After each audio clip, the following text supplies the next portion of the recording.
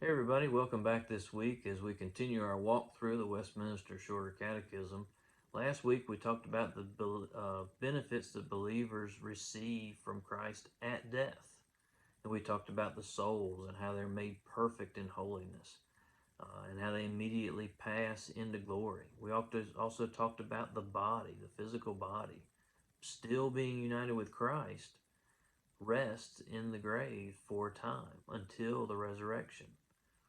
Now, question 38 asks us that we'll talk about today is what benefits do believers receive from Christ at the resurrection? At the resurrection, believers, being raised up in glory, shall be openly acknowledged and acquitted in the day of judgment and made perfectly blessed in the full enjoying of God to all eternity. Well, what is meant by the resurrection? Is to stand up again. The physical body that has been laying in the grave that we talked about last week, that will lay in the grave for a time, at the resurrection is raised. So it will one day rise again. Now you may be asking yourself, well, what about those that have died long ago? Their flesh and their bones have decomposed or rotted away.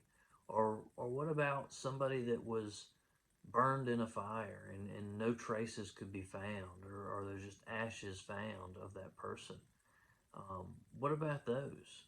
How can they be raised again? Now, as we ask these important things, I think it's important for us to realize that the writers of the Bible weren't ignorant to these things either.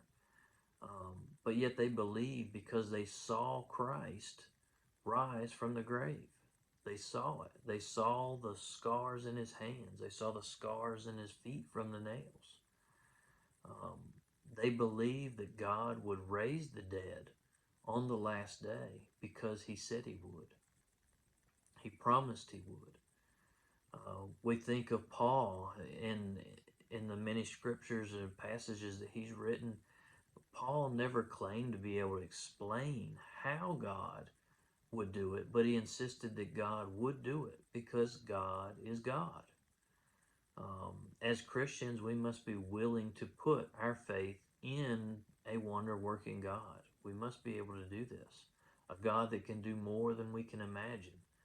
As Jesus said in Matthew chapter 19, it says, with man this is impossible, but with God all things are possible. Now, to help us, we look at scriptures to provide us understanding and to help enable us to believe. So today what I want to do is actually look at a passage in 1 Corinthians. 1 Corinthians chapter 15, and we're going to start reading in verse 35. And this is talking about the resurrection body. It says, but someone will ask, who are the dead raised? How are the dead raised? With what kind of body do they come? You foolish person, what you sow does not come to life unless it dies. And what you sow is not the body that is to be, but the bare kernel, perhaps of wheat or of some other grain. But God gives it a body as he has chosen, and to each kind of seed its own body. For not all flesh is the same, but there is one kind for humans, another for animals, another for birds, and another for fish. There are heavenly bodies, earthly bodies, and the glory of the heavenly is of one kind, and the glory of the earthly is another. There is one glory of the sun, another glory of the moon, and another glory of the stars. For stars differ from star in glory. So it is with the resurrection of the dead.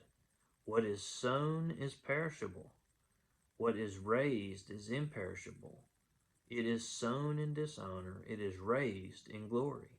It is sown in weakness. It is raised in power. It is sown a natural body. It is raised a spiritual body.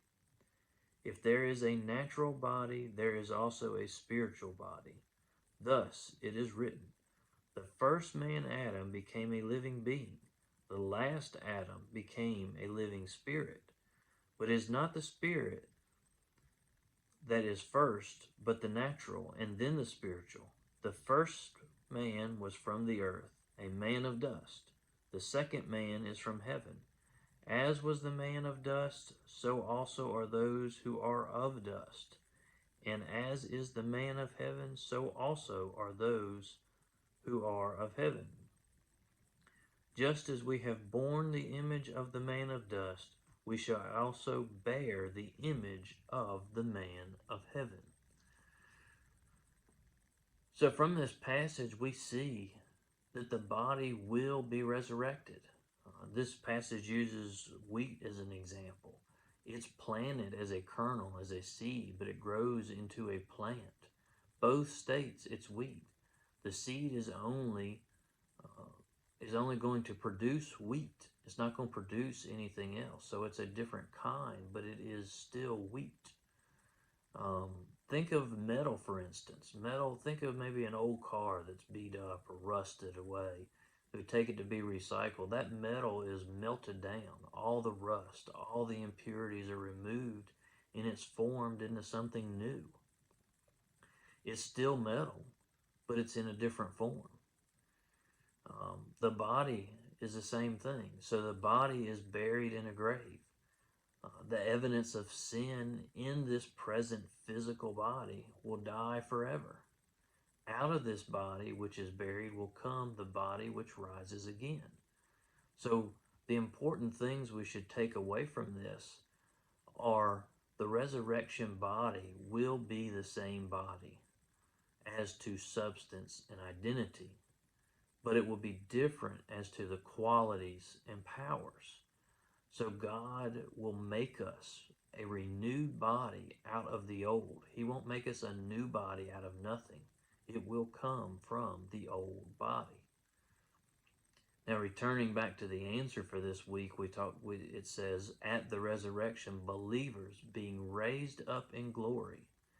We talked about this briefly, this passage, John chapter 5, verse 28 and 29. It says, do not marvel at this, for an hour is coming when all who are in the tombs will hear this voice and come out.